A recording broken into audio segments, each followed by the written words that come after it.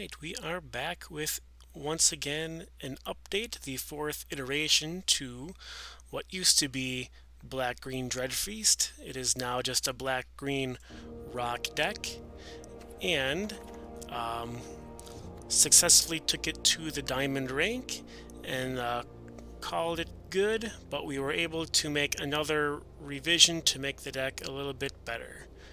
So the quick rundown of the deck is you are just playing really good threats, and then you win. So we have Eye Twitch, 4 of them, which gives you access to your lesson plan in the sideboard. We have 8 2-drop mana dorks, so we have the Prosperous Innkeeper, which also gains you life in the process. The Reclusive Taxidermist, which also adds mana of any color. And then it can also become a 4/4 late game. As you can see, the deck packs a lot of creatures as well.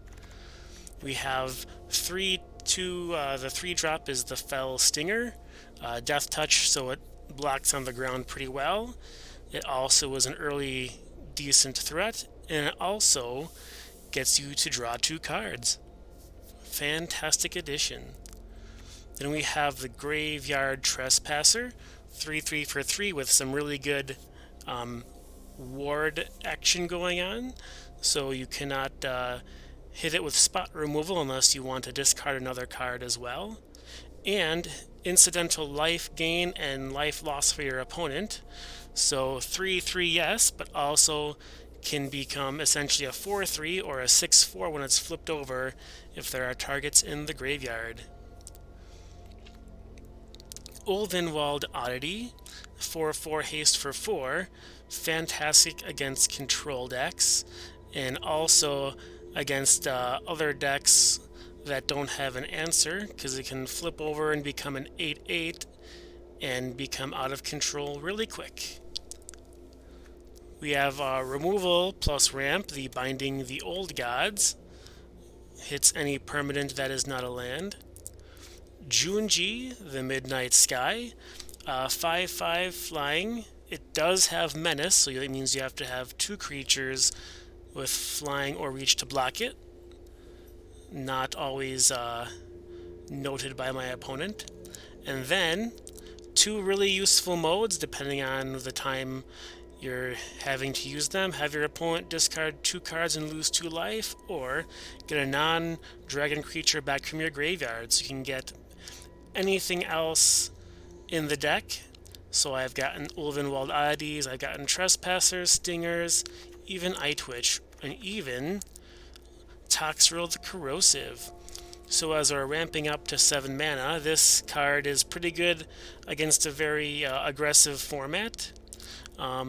So this will make it difficult for your opponents to come back from if they cannot answer it in 1 or 2 turns.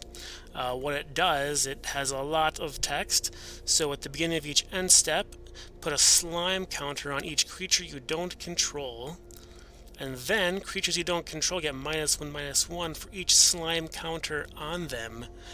And then, whenever a creature you don't control with a slime counter on it dies, create a 1/1 black slug creature. And then you can also sacrifice a slug to draw a card. And it's also a 7/7.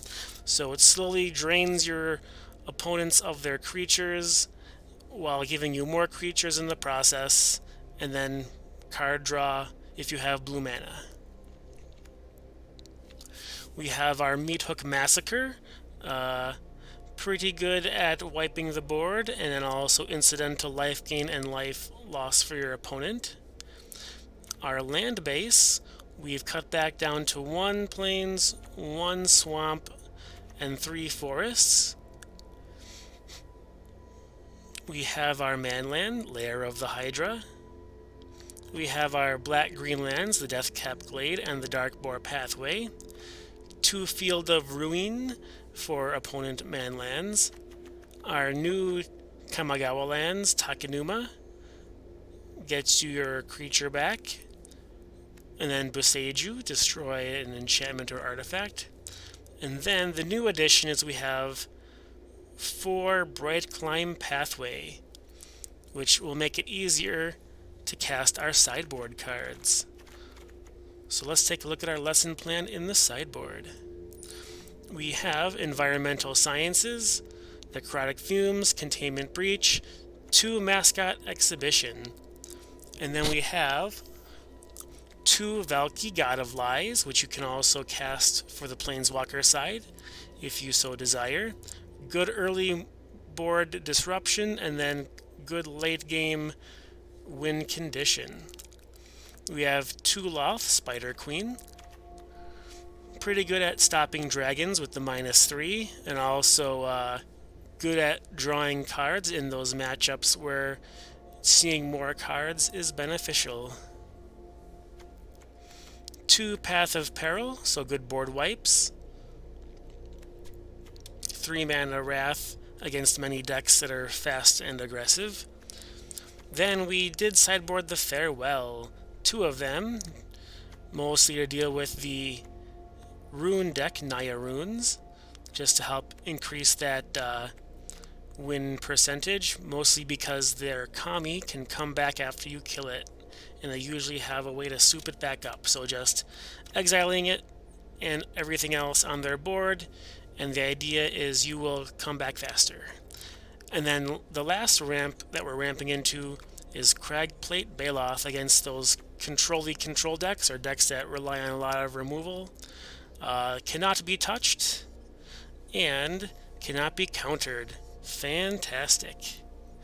Alright, well that's Black Green Rock. I enjoyed the heck out of it, so maybe you will too, and we'll see what happens with the new set. Have a good day.